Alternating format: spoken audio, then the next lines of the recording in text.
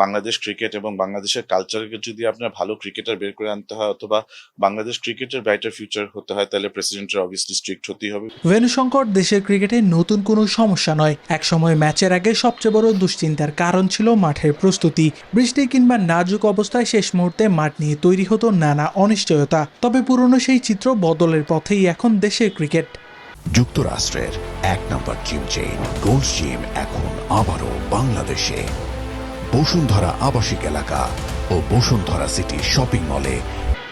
পরিকল্পনার সঠিক ব্যবস্থাপনায় একদিকে রাজশাহী বগুড়ার মাঠগুলিকে আন্তর্জাতিক মানের প্রস্তুতি করার উদ্যোগ চলছে পুরো দমে, যেখানে দ্রুতই শান্ত লিটনদের খেলা উপভোগ করতে পারবে দর্শকরা। এমনটি জানিয়েছেন বিসিবির গ্রাউন্ডস কমিটির চেয়ারম্যান শানিয়ান তানিম। রাজশাহী বেগুড়াতে যদি আমরা ড্রেনেজের কাজটা করতে পারি এবং ফ্যাসিলিটিস ওয়াইজ একটু বাড়াতে পারি, তাহলে ওগুলো can be an international venue. And then we have the bright future of Purbachal. ফতুল্লার মাঠটাও যেটা আছে, আউটার স্টেডিয়ামটা, খুব জলদি আমরা লিগ খেলা শুরু করবো। অলরেডি বাজেট পাস হয়ে গিয়েছে। শুধু মাঠের উন্নয়ন নয়, নতুন বোর্ডের কাজের ধরনের পরিবর্তনও দেখছেন বিসিবির এই পরিচালক।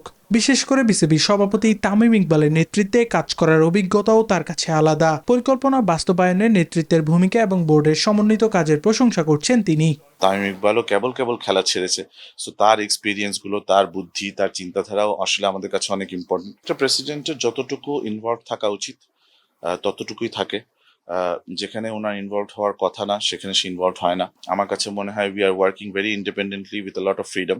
এদেশের ক্রিকেটের স্বপ্নটা বাঁচিয়ে রাখতে দরকার প্রস্তুত মাঠ, দক্ষ মানুষ আর দীর্ঘমেয়াদী পরিকল্পনা। তাই ভেন্যু সংকটের পুরনো হতাশা পেছনে ফেলে সেই স্বপ্নের ক্রিকেট অবকাঠামো গড়ার পথেই এখন এগিয়ে যাচ্ছে বিসিবি। আবরার আল দাইয়ান, নিউজ 24।